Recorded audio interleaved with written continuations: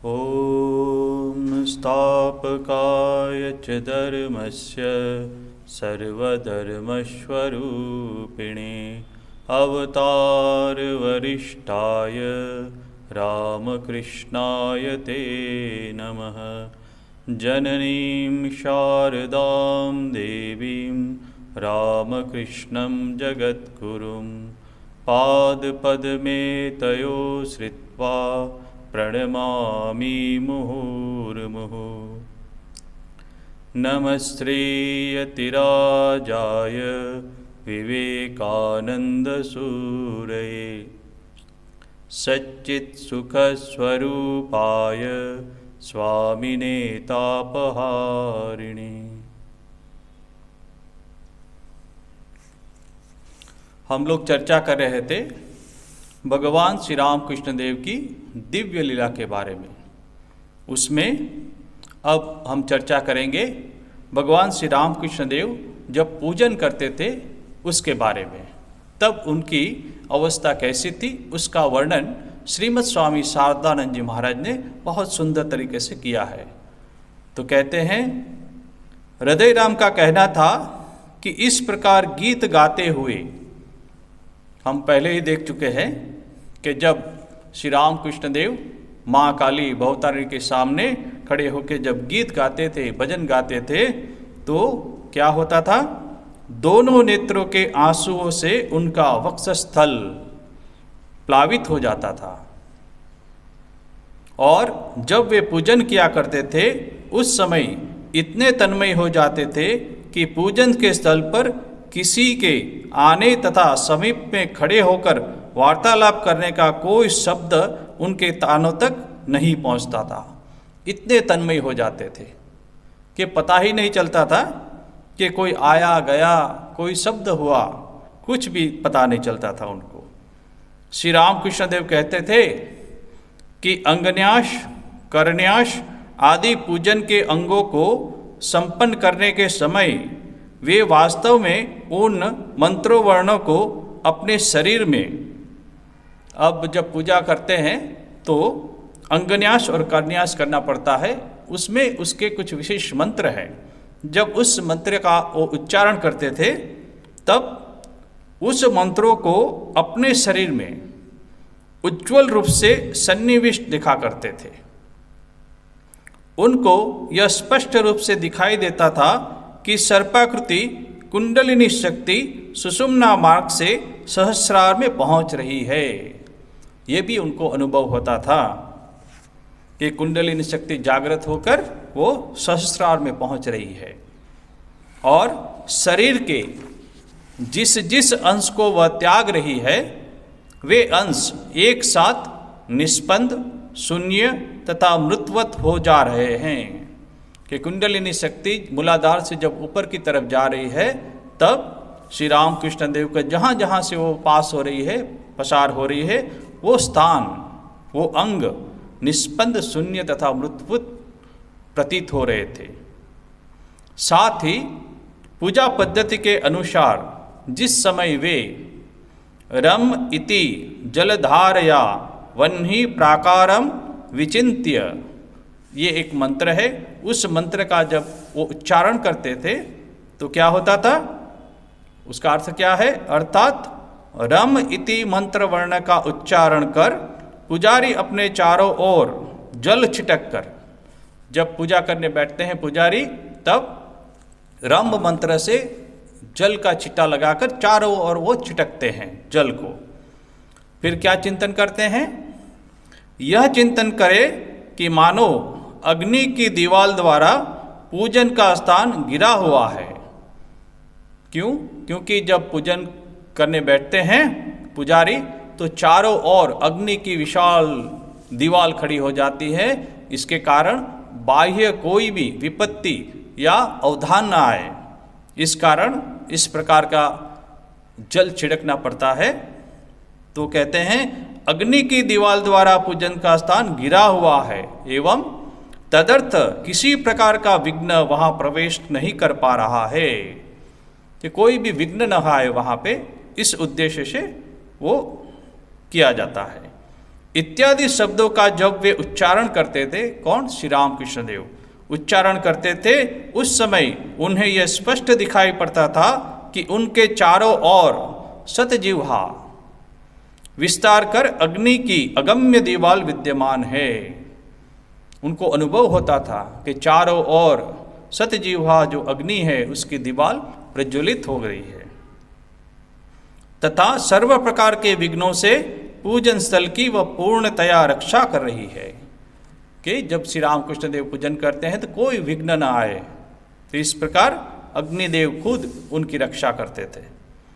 हृदय राम का कहना था कि पूजन के समय श्री रामकृष्ण देव की तेज पुंज देह तथा तन्मय भाव को देखकर अन्यान्य ब्राह्मण लोग आपस में ये कहा करते थे कि साक्षात ब्रह्मण्य देव मानव शरीर धारण कर पूजन करने बैठे हैं। तो स्वाभाविक है कि जब श्री रामकृष्ण देव पूजन करते थे तब बहुत सारे लोग आसपास खड़े होके वो देखते थे और कहते थे कि साक्षात ब्रह्मण्य देव ही आविर्भूत होके मां का पूजन कर रहे हैं। अब श्री रामकृष्ण देव को कार्यदक्ष बनाने के लिए श्री राम कुमार की शिक्षा, इस विषय में हम लोग चर्चा करेंगे। देवी भक्त राम कुमार जी दक्षिणेश्वर आने के उपरांत यद्यपि आत्मीय वर्ग के भरण पोषण के बारे में बहुत कुछ निश्चित हो चुके थे, फिर भी अन्य एक विषय के बारे में वे अत्यंत चिंतित रहते थे। वो कौन सा विषय था? तो कहते हैं कारण यह था कि वह आने के पश्चात उन्हें अपने कनिष्ठ भाई मीन्स कि श्री राम कृष्ण देव कनिष्ठ भाई की निर्जन प्रियता तथा संसार के प्रति एक प्रकार की उदासीनता, हम बचपन में ही ऐसे देख चुके हैं कि श्री राम कृष्ण देव कैसे भगवान में तन्मय होते थे, भाव समाधि होती थी, तो वैसे ही निर्जन प्रियता, अकेले में रहना श्री राम कृष्ण देव को अच्छा लगता था और संसार के प्रति एक प्रकार की उदासीनता उनके अंदर प्रविष्ट हो चुकी थी और दृष्टिगोचर हो रही थी। तो ये चिंता राम कुमार जी को सता रही थी, जिससे कि घर की उन्नति हो सकती है, ऐसे किसी भी कार्य में उनका कोई ध्यान देखने में नहीं आता था कि जैसे कोई नौकरी करे, दो पैसा कमाए, घर संसार चले और घर की उन्नति हो, ऐसा कोई विचार श्री रामकृष्ण देव के अंदर नहीं दिखाई पड़ता था। वे देखते थे कि सायं प्रातः बालक जब तक मंदिर से दूर गंगा तट पर अकेला घुमा करता है। अब ये भी राम कुमार जी ने लक्ष्य किया कि श्री रामकृष्ण देव गदाधर वो गंगा के किनारे अकेले घूम रहे हैं तन्मय होकर, और पंचवटी के नीचे चुपचाप बैठा हुआ है। ये पंचवटी दक्षिणेश्वर में उस जमाने में जंगल जैसा था, कोई वहाँ नहीं जाता था, डर लगता था, दिन में भी डर लगता था। ऐसे ही जगह पे पंचवटी के नीचे चुपचाप बैठा हुआ है तथा पंचवटी के चारों ओर उस समय जो जंगल था वहाँ प्रविष्ट हो बहुत देर बाद वहाँ से निकल रहा है। कि देखा राम कुमार जी ने कि एक तो निर्जन प्रियता था, अकेला घूम रहा है, और पंचवटी जैसे घने जंगल में श्री राम कृष्ण देव प्रविष्ट करते हैं और बहुत देर से के बाद वहाँ से वापस आ रहे हैं। तो ये राम कुमार जी लक्ष्य कर रहे थे, देख रहे थे। राम कुमार जी सर्वप्रथम ये सोचते थे कि शायद राम कामारपुकुर में माता जी के पास लौटने के लिए, अब ऐसा लगा कि बहुत दिनों से यहाँ दक्षिणेश्वर में है, इसलिए बालक है तो उसका मन अपनी माता जी को देखने के लिए, अपनी माता जी का स्नेह पाने के लिए उसका मन फिर कामारपुकुर जाने के लिए व्यग्र हो चुका है, ऐसा राम कुमार जी सोच रहे हैं। माता जी के पास लौटने के लिए बालक व्यग्र हो रहा है तथा उसी बात का निरंतर चिंतन कर रहा है, ऐसा उनको पता लगा। परंतु इस प्रकार कुछ दिन व्यतीत होने के बाद भी जब उसने स्वयं अपने मुंह से, राम कुमार जी तो अपने मुंह से अपने मन से सोच रहे हैं कि गदाई ऐसा शायद सोच रहा है, मगर बात ऐसी नहीं थी। कैसे पता लगा? तो स्वयं अपने मुंह से घर लौटने की कोई चर्चा नहीं की। जब श्री रामकृष्ण देव को पूछा जाता था तो स्वयं उन्होंने कभी भी कामारपुकुर जाने की इच्छा व्यक्त नहीं की थी, तथा कभी कभी पूछने पर भी जब उनको इस बात की सत्यता विदित नहीं हुई कि उसको कामारपुकुर जाना है, इस बात की सत्यता नहीं, ये मिथ्या बात है, उसको जाने की इच्छा नहीं है, ये बात जब विदित हुई तब उसे घर वापस भेजने का कोई प्रश्न ही नहीं रहा। कि जब उसकी इच्छा ही नहीं है तो फिर उसको घर वापस भेजना कोई उचित बात नहीं है। उन्होंने सोचा कि अपनी आयु भी अधिक हो चुकी है, राम कुमार जी भी सोच रहे हैं कि मेरी भी आयु अभी अधिक हो चुकी है, तो शरीर भी दिनों दिन कमज़ोर होता जा रहा है। अब जैसे ही उम्र बढ़ी तो राम कुमार जी का शरीर भी कार्यदक्ष नहीं रहा और कमज़ोर महसूस हो रहे थे। अतः कब जीवन समाप्त हो जाएगा, राम कुमार जी कहते हैं कि अब कब जीवन समाप्त हो जाएगा, शरीर बूढ़ा हो चुका है, यह कौन कह सकता है, कब जीवन समाप्त हो जाएगा यह कौन कह सकता है। ऐसी स्थिति में व्यर्थ समय नष्ट न कर बालक को इस योग्य बना देना नितांत आवश्यक है। किस योग्य? कि वो घर संसार चला सके, जिससे वह अपने पैरों खड़ा होकर 2 पैसा अर्जन कर घर का निर्वाह कर सके। तो राम कुमार जी सोच रहे हैं कि गदाई कहीं नौकरी कर ले या कोई ऐसा सेवा का काम कर ले जैसे अपने पैरों पे खड़ा होकर वो 2 पैसा अर्जन करके घर संसार चला सके। इसलिए मथुर बाबू ने जिस समय बालक को देवालय में नियुक्त करने के बारे में राम कुमार जी से राय मांगी थी, उस समय वे अत्यंत प्रसन्न हुए थे और उसके कुछ दिन बाद मथुर बाबू के अनुरोध से बालक ने जब सर्वप्रथम श्रृंगार करने एवं तत्पश्चात पूजा के कार्यभार को स्वीकार किया तथा दक्षता के साथ उन कार्यों को वह करने लगा, तब वे कुछ निश्चिंत हो उसे श्री दुर्गा सप्तशती का पाठ एवं श्री काली माता तथा अन्यान्य देव देवता के पूजन आदि की शिक्षा देने लगे। अब राम कुमार जी भी श्री रामकृष्ण देव को श्री दुर्गा सप्तशती का पाठ की शिक्षा देने लगे और देव देवियों के पूजन आदि भी शिक्षा देने लगे। कर्मकांडी ब्राह्मणों के लिए जिन विषयों की शिक्षा आवश्यक है, श्री रामकृष्ण देव उन विषयों में शीघ्र ही पारंगत हो गए। हम लोग जानते हैं कि बचपन में भी श्री रामकृष्ण देव कभी भी कहीं भी कोई नाटक चल रहा है, कोई महाभारत रामायण का नाटक चल रहा है, तो श्री रामकृष्ण देव एक ही बार सुन के उनको पूरा कंठस्थ कर लेते थे और अभिनय भी करते थे। तो इस समय भी जब श्री काली माता देव देव के पूजन, श्री दुर्गा सप्तशती का पाठ वगैरह जब शिक्षा दे रहे थे तो तुरंत उसमें पारंगत हो गए थे। अब शक्ति मंत्र की दीक्षा लिए बिना श्री रामकृष्ण देव सोचते हैं कि शक्ति मंत्र की दीक्षा लिए बिना देवी का पूजन करना उचित नहीं है। यह सुनकर उन्होंने शक्ति मंत्र में दीक्षित होने का भी संकल्प किया। तो किससे दीक्षा ली उसके बारे में हम लोग देखते हैं। श्री केनाराम भट्टाचार्य नामक एक प्रवीण शक्ति साधक उस समय कलकत्ते के बैठक खाना बाजार में रहते थे। तो एक शक्ति साधक थे, उसका नाम था श्री केनाराम भट्टाचार्य। रानी रासमणी के दक्षिणेश्वर के देवालय में वे प्रायः आते जाते रहते थे, तो इसलिए सबसे वो परिचित थे और बहुत ही सम्मानीय व्यक्ति थे। और संभवतः मथुर बाबू आदि सभी प्रमुख व्यक्तियों से उनका परिचय भी था। आते जाते रहते थे इसलिए परिचय था बड़े बड़े लोगों के साथ। हृदय राम से हमने सुना है कि उनसे जिन लोगों की जान पहचान थी वे सभी उनको अनुरागी साधक मानकर उनका विशेष सम्मान करते थे। श्री रामकृष्ण देव के अग्रज राम कुमार जी के साथ पहले से ही वे परिचित थे। श्री रामकृष्ण देव ने उनसे दीक्षा लेने का निश्चय किया। इसलिए श्री रामकृष्ण देव ने सोचा कि अब शक्ति मंत्र की दीक्षा इनसे ही ली जाए। किनसे? श्री केनाराम भट्टाचार्य से दीक्षा लेने की उन्होंने निश्चय किया। हमने सुना है कि दीक्षा लेते ही श्री रामकृष्ण देव भावावेश में समाधिस्थ हो गए थे। जैसे ही किनाराम भट्टाचार्य से दीक्षा ली तो वो भावाशिष्ट हो गए थे और समाधिस्थ हो गए थे, और उनकी असाधारण भक्ति से मुग्ध हो श्री केनाराम जी ने इष्ट प्राप्ति के विषय में उनको हार्दिक आशीर्वाद दिया था। तो जैसे ही श्री रामकृष्ण देव समाधिस्थ हो गए तो केनाराम भट्टाचार्य अति आनंद हुआ, अति प्रसन्न हुए और उनको बहुत ही आशीर्वाद दिया।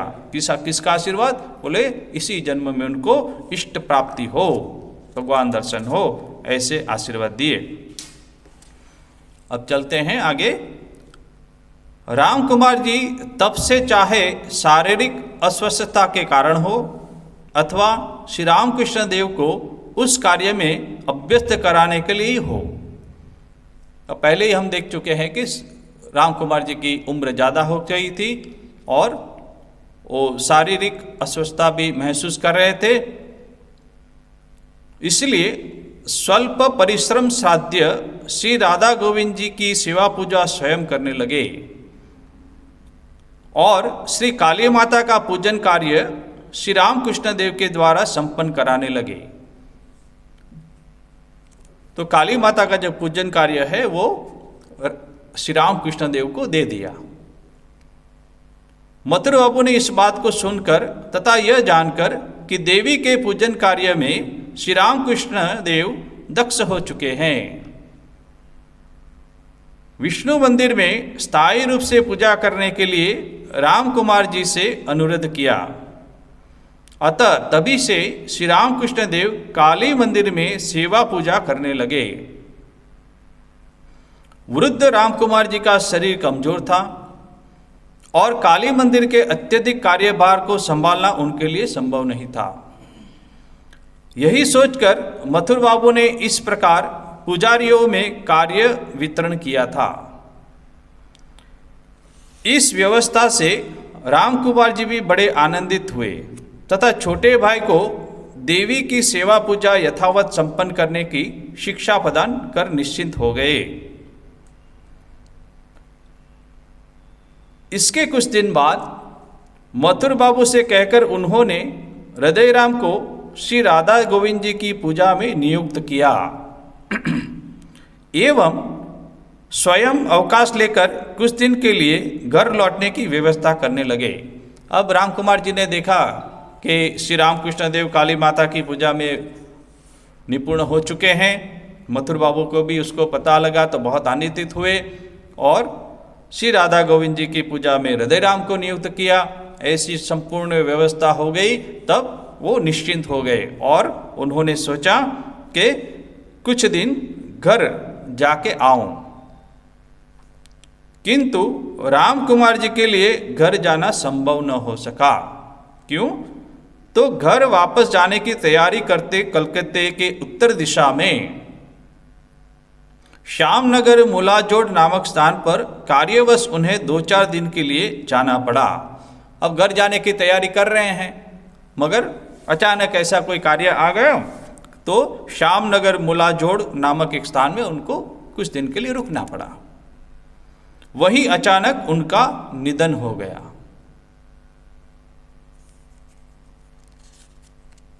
और इस प्रकार वो फिर अपने घर वापस नहीं लौट पाए, वहीं पे निधन हो गया। रामकुमार भट्टाचार्य ने रानी रासमणी का देवालय प्रतिष्ठित होने के बाद केवल 1 वर्ष जीवित रहकर श्री जगन माता की सेवा पूजा की थी। संभवतः सन 1856 ईस्वी में के आरंभ में उनका देहांत हुआ था। तो ये हो गया राम कुमार जी का अंतिम समय का विवरण। अब हम आगे चलते हैं।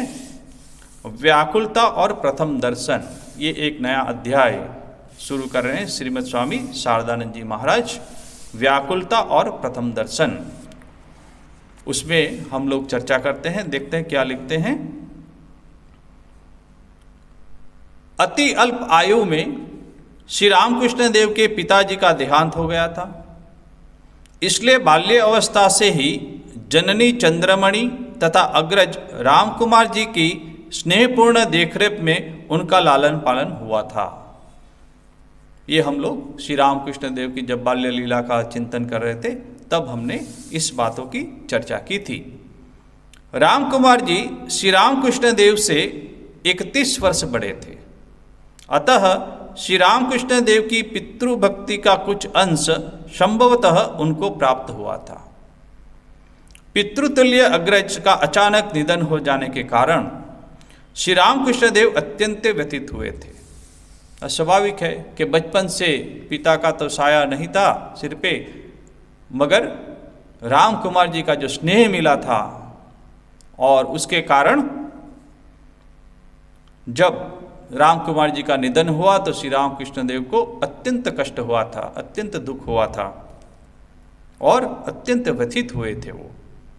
कौन कह सकता है कि इस घटना ने उनके विशुद्ध हृदय में, उनके मीन्स श्री रामकृष्ण देव के विशुद्ध हृदय में कैसा,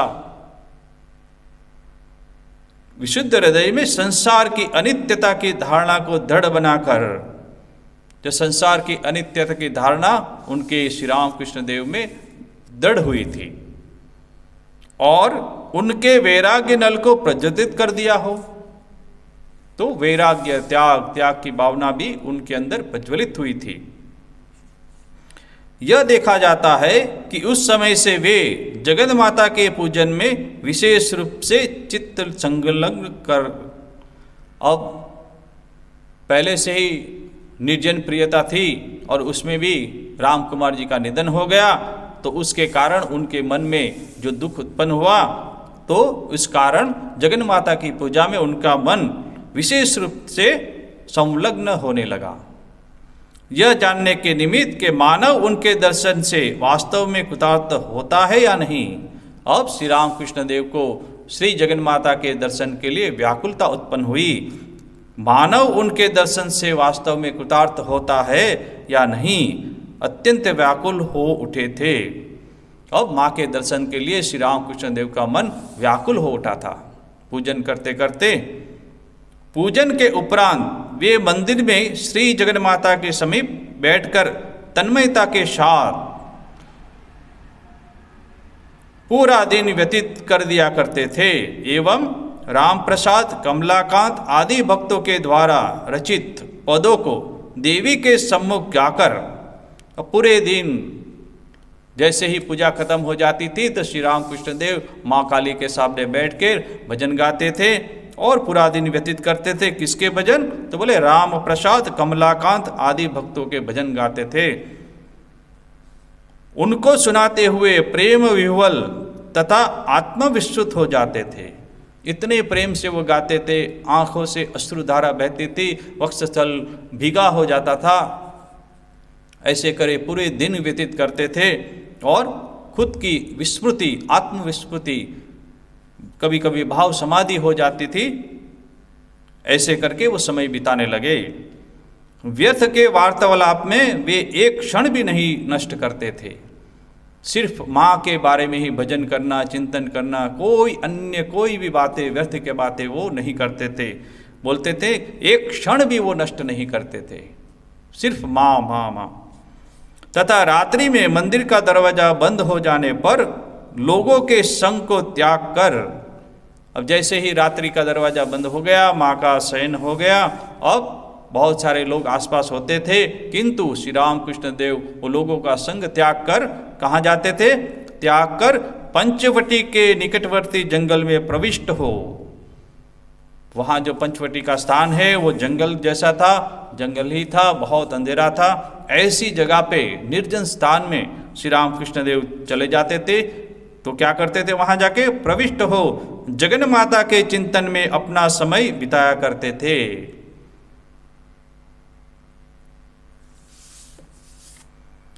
श्री रामकृष्ण देव का इस प्रकार का कार्यक्रम हृदय के लिए रुचिकर नहीं था।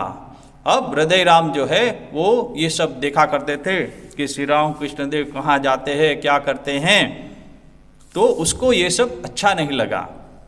किंतु वह कर ही क्या सकता था, क्योंकि श्री रामकृष्ण देव हमने पहले देखा था कि जो कार्य में वो शुरू करते थे उसको पूरा करके ही वो निश्चिंत होते थे। बाल्य अवस्था से ही श्री रामकृष्ण देव की जब जो इच्छा होती थी तत्काल ही वे उस कार्य में संलग्न हो जाते थे। ये हमने पहले भी देखा था। यह बात उससे छिपी नहीं थी। किससे? हृदय राम से। कि श्री राम कृष्ण देव के मन में जो भी भाव उठा, जो भी कार्य करने की इच्छा हुई, वो तत्काल उसको करने के लिए तत्पर हो जाते थे। इसलिए प्रतिवाद तथा बाधा उपस्थित करना निरर्थक था। इसलिए हृदय राम मन मन में ही सोचे, कभी मामा को बोलने से कोई फायदा नहीं, क्योंकि बोलने से भी वो रुकेंगे नहीं। जो करना इच्छा हुई वो करेंगे ही करेंगे। किंतु दिनों दिन श्री रामकृष्ण देव के अंदर उस भाव का प्राबल्य देखकर कभी कभी उनसे कुछ कहे बिना वह नहीं रह पाता था। फिर भी कभी कभी वो श्री रामकृष्ण देव को कुछ न कुछ कह देता था। हृदय को जब वह विदित हुआ कि रात्रि में न सोकर शैया त्याग कर, अब हृदय को ये जान पड़ा उसको कि रात्रि में मामा सोते नहीं है, श्री रामकृष्ण देव सोते नहीं हैं और अपनी शैया त्याग कर कहाँ जाते हैं? त्याग कर पंचवटी में चले जाते हैं, रात्रि में चले जाते हैं। जो इस जगह पे दिन में जाने के भी डर लगता है, भय लगता है, उस जगह श्री रामकृष्ण देव शैया त्याग करके रात्रि में वहाँ पंचवटी में चले जाते हैं। और वहाँ क्या करते हैं किसी को नहीं मालूम। इसलिए हृदय राम को विशेष चिंता हुई। तब उसे अत्यंत चिंता हुई, क्योंकि मंदिर में सेवा पूजा के लिए उन्हें परिश्रम करना पड़ता था। किसको? श्री रामकृष्ण देव को। मंदिर में पूरे दिन परिश्रम करते थे और रात में उठ के पंचवटी में चले जाते थे, तो विश्राम का अवसर ही प्राप्त नहीं होता था। इसलिए हृदय राम को बहुत चिंता हुई। कहते हैं कि साथ ही पहले की तरह वो भोजन भी नहीं करते थे।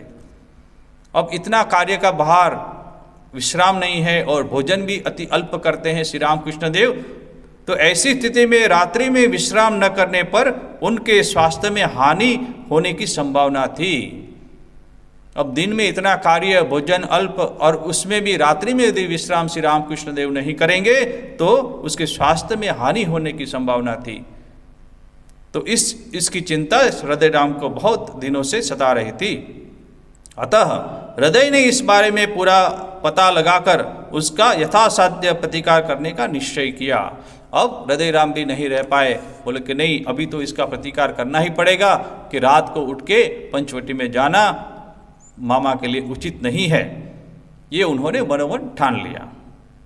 अब क्या हुआ? उस समय पंचवटी के आसपास का स्थान आज की तरह समतल नहीं था। तो आज तो अभी तो ऐसा है कि वहाँ सब मार्केट हो गई है और समतल हो गया है, मगर उस जमाने में ऊंची नीची जमीन थी और जंगल था, झाड़ी थी। तो वहाँ की निचली जमीन जाड़, जंखाड़ तथा खोल कंदरा से भरी थी। बहुत झाड़ियाँ थी और ऊपर नीचे था। तो उससे क्या होता था? जंगली वृक्ष लताओं के बीच वहाँ एक धात्री अर्थात आंवले का वृक्ष उग आया था, और वहाँ पे एक आंवले का वृक्ष उग आया था, बहुत सारे पेड़ों के साथ एक आंवले का वृक्ष। कब्रिस्तान के साथ ही साथ जंगल होने के कारण दिन में भी प्रायः कोई वहाँ नहीं जाता था। अब बगल में ही कब्रिस्तान था और जंगल था, तो दिन में भी वहाँ कोई नहीं जाता था। और कभी कभी चले जाने पर भी जंगल के अंदर प्रवेश नहीं करता था। कोई भी यदि अचानक अनायास वहाँ कोई चला भी गया तो कोई अंदर में नहीं जाता था। जहाँ आंवले का पेड़ था, जंगल था, नीची जमीन थी, वहाँ कोई नहीं जाता था। और कभी कभी चले जाने से भी अंदर कोई नहीं जाता था। फिर कहते हैं फिर रात का तो कहना ही क्या, बोले दिन में जाने को डर लगता है। और ये रामकृष्ण देव रात को शैया त्याग करके वहाँ अंदर जाके क्या करते हैं? भूत प्रेत के डर से उस और कोई पैर तक नहीं रखता था। इतना जंगल था कि भूत प्रेत के डर से भी कोई नहीं जाता था। हृदय से हमने सुना है कि उस निचली जमीन में वह आंवले का वृक्ष होने के कारण उसके नीचे यदि कोई बैठा जाता था तो जंगल के बाहर की ऊंची जमीन से, कहते हैं कि वो जो आंवले का पेड़ है वो नीची जमीन में था, अब वहाँ पे यदि कोई बैठ भी गया तो आसपास की जो ऊंची जमीन है वहाँ से कोई दिखाई भी नहीं दे सकता था। कहते कि बाहर की ऊंची जमीन से वह दिखाई नहीं देता था कि वो आंवले के पेड़ के उस जंगल में कौन बैठा है। श्री रामकृष्ण देव उसी के नीचे बैठकर ध्यान किया करते थे। रात्रि में श्री रामकृष्ण देव ने जब वहां जाना प्रारंभ किया, तब एक दिन छिपकर हृदय उनके पीछे पीछे जाने लगा। अब रात्रि में श्री रामकृष्ण देव एक दिन शैया त्याग कर जा रहे हैं। अब हृदय को तो श्री रामकृष्ण देव का एक जो कार्य है पसंद नहीं था, उसका तो प्रतिकार करना था। इसलिए एक दिन श्री रामकृष्ण देव क्या कर रहे हैं वो देखने के लिए वो पीछे पीछे जा रहे हैं। कौन? हृदय राम। तथा उनको जंगल में प्रविष्ट होते हुए उसने देखा, अपनी आंखों से देखा कि श्री रामकृष्ण देव वो जो आंवले का पेड़ है, वो जो जंगल है, वहां वो जा रहे हैं। वे शायद रुष्ट होंगे, यह सोचकर वह और आगे न बढ़ा। अब हृदय राम को भी डर लगा कि श्री रामकृष्ण देव जा रहे हैं, यदि उन्होंने मुझे देख लिया तो वो शायद गुस्सा हो जाए कि तू क्यों मेरे पीछे पीछे आ रहा है। तो इसके कारण वो आगे न बढ़ा। किंतु उनको डराने के निमित्त अब उसको तो प्रतिकार करना है, तो उसको तो श्री रामकृष्ण देव को डराना पड़ेगा किसी भी उपाय से कि वो डर के मारे फिर वापस कमरे में आ जाए। तो डराने के निमित्त कुछ देर तक वह चारों ओर ढेले फेंकने लगा। अब कुछ न कुछ हाथ में जो भी आया, कुछ मिट्टी का ढेला हो या कुछ ऐसा जो भी हो, वो वहां फेंकने लगा जहां श्री रामकृष्ण देव अंदर गए थे वहां। हम पहले ही देख चुके थे कि हृदय राम बलिष्ठ था, बहुत साहसी था, उद्यमी था। इसलिए वो साहस जो था उसका, वो साहस को काम में लगाया, वो उन्होंने ढेला फेंकने लगा। उसको भी तो डर लग रहा था, मगर श्री रामकृष्ण देव को भयभीत करने के लिए वो ढेले फेंकने लगा। उससे भी उनको लौटते हुए न देखकर, अब ढेला फेंक रहा है फिर भी श्री रामकृष्ण देव को वापस नहीं आते हुए देखा कि नहीं, आप फिर भी वापस नहीं आ रहे हैं। लौटते हुए न देखकर विवश वो स्वयं घर लौट आया। अब एक दिन ऐसा हुआ कि भाई विवश हो चुका, अब कितना ढेला फेंके, डर नहीं रहे हैं और रात्रि हो चुकी है, तो विवश होके ये हृदय राम फिर अपने कमरे में आ गया। दूसरे दिन अवकाश मिलने पर उसने श्री रामकृष्ण देव से पूछा। अब फिर रात्रि तो श्री रामकृष्ण देव वापस आ गए। अब दूसरे दिन हृदय राम ने अवकाश ढूंढा और उसने श्री रामकृष्ण देव को पूछा, बताओ रात में जंगल के अंदर जाकर तुम क्या करते हो? एकदम पूछ लिया कि बताइए तो, इतनी रात में जाके आप जंगल में करते क्या हैं? श्री रामकृष्ण देव ने कहा, वहां पर आंवले का एक वृक्ष है, उसके नीचे बैठकर ध्यान करता रहता हूं। बोलते कि देखो वहां जंगल है, बहुत अंधेरा है, फिर भी वहां पे एक आंवले का वृक्ष है, उस आंवले के वृक्ष के नीचे बैठकर मैं ध्यान करता हूं।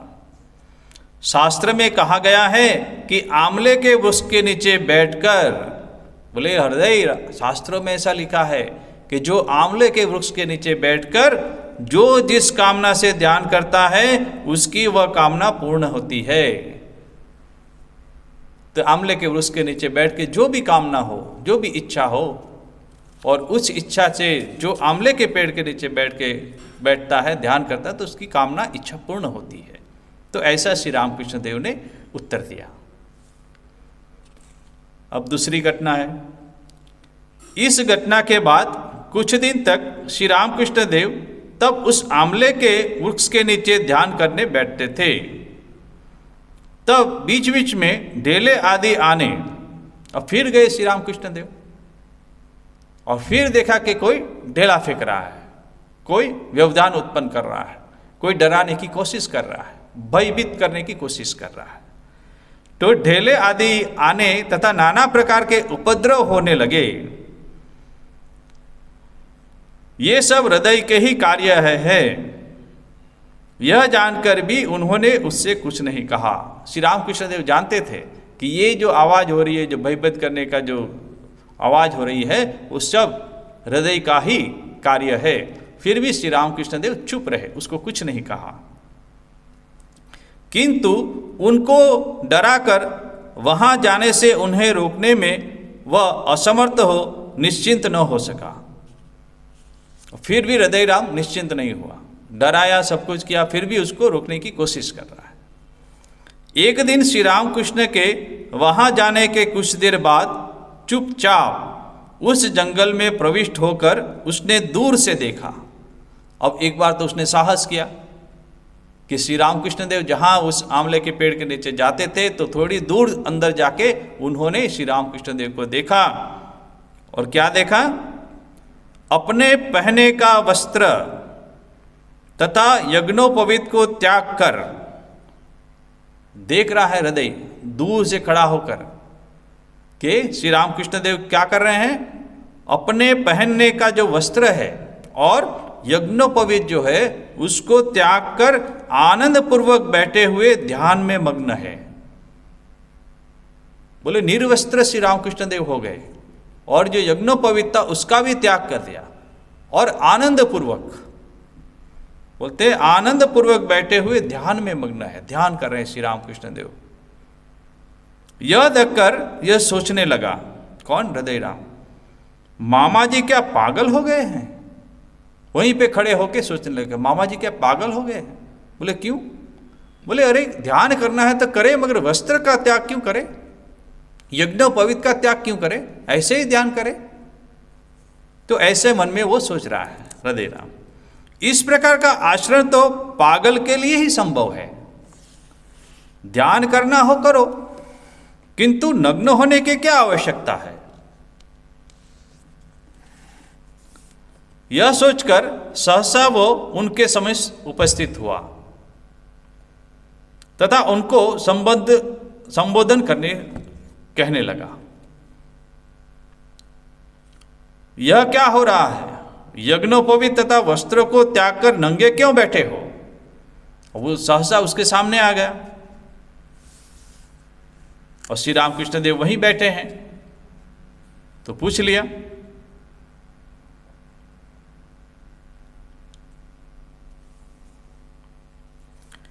फिर श्री रामकृष्ण देव क्या कहते हैं? इस प्रकार कुछ देर तक पुकारने के बाद श्री रामकृष्ण देव को चेत हुआ तथा समीप ही खड़े। अब श्री रामकृष्ण देव तो ध्यान में मग्न थे और हृदय राम पूछ बैठे, यह क्या हो रहा है? यज्ञोपवीत तथा वस्त्र को त्याग कर नंगे क्यों खड़े बैठे हो? तो जैसे ही शब्द हुआ, श्री रामकृष्ण देव की चेतना जागृत हुई, चेतन हुआ तो देखा कि श्री रामकृष्ण देव को चेत हुआ तथा समीप ही खड़े हृदय राम को इस प्रकार प्रश्न करते हुए देख वे बोले। क्या बोले? तुझे क्या पता है? इस तरह पास मुक्त होकर ध्यान करना चाहिए। जन्म से ही मनुष्य घृणा, लज्जा, कुल, शील, भय, मान, जाति तथा अभिमान, इन 8 पासों में आबद्ध है। श्री रामकृष्ण देव ने बहुत सुंदर उत्तर दिया। बोले तुझे क्या पता है? तुझे कुछ मालूम है? इस तरह पास मुक्त होकर ध्यान करना चाहिए। तो पास क्या है? तो श्री रामकृष्ण देव ने गिनाया कि जन्म से ही मनुष्य जो है 8 जो अष्टपास है उससे आबद्ध है। वो कौन कौन से हैं? तो बोले घृणा, लज्जा, कुल, शील, भय, मान, जाति तथा अभिमान, इन 8 पासों में आबद्ध है कौन? मनुष्य। तो बोले इस सभी 8 पासों से मुक्त होकर ध्यान करना चाहिए, तभी तो मन भगवान में, माँ जगदम्बा के चरणों में लगेगा। तो इसलिए यज्ञोपवीत भी मैं ब्राह्मण तथा सर्वश्रेष्ठ हूँ और सबसे श्रेष्ठ हूँ। तो यज्ञोपवीत जब धारण करते हैं तो वो मनुष्य ऐसा समझता है कि मैं ब्राह्मण हूँ और ब्राह्मणों में भी वे सर्वश्रेष्ठ हूँ। वो भी जो अभिमान है उसको भी त्याग करना चाहिए। इस प्रकार के अभिमान का चिन्ह होने के कारण एक पास है। बोले ये भी तो एक पास है। बोले तो इसलिए श्री रामकृष्ण देव ने यज्ञोपवीत को भी त्याग दिया था, उतार दिया था और वस्त्र भी उतार दिए थे। माँ को पुकारने के लिए इन पासों को त्याग कर एकाग्रता के साथ उन्हें पुकारना पड़ता है।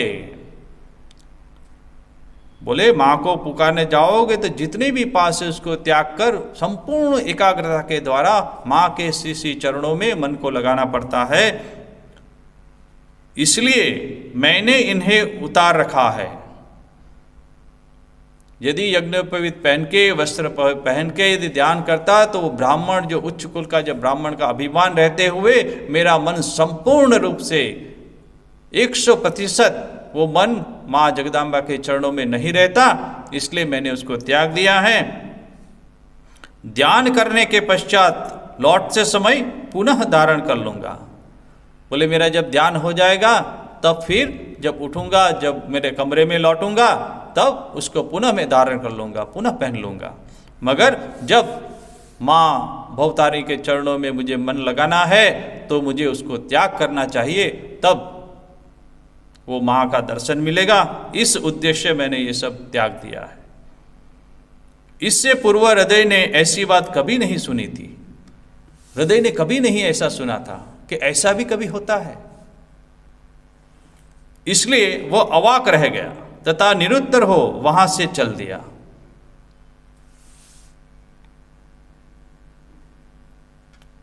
अपने मामा जी को कुछ देर कहने सुनने तथा तिरस्कार करने का उसने पहले से ही सोच रखा था, किंतु वह कुछ भी न कर सका।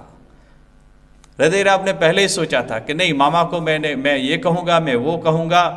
तब वो ये पंचवटी में जो आते हैं, जंगल में आते हैं, वो रोक देंगे और निश्चिंत होके रात्रि को विश्राम करेंगे, जैसे उसकी शरीर की जो अवस्था है उसमें कोई कमजोरी ना आए। इस उद्देश्य वे रोकना चाहता था।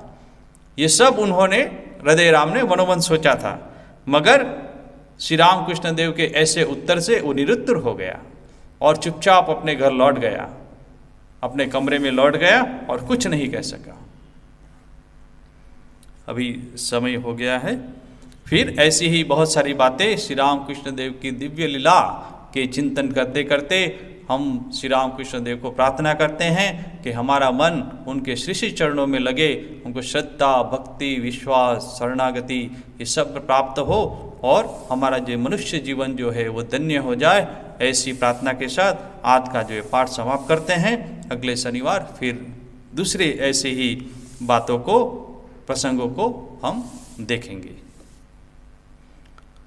ओम शांति शांति शांति। हरि ओम तत्सत्। श्री राम कृष्णार्पणमस्तु।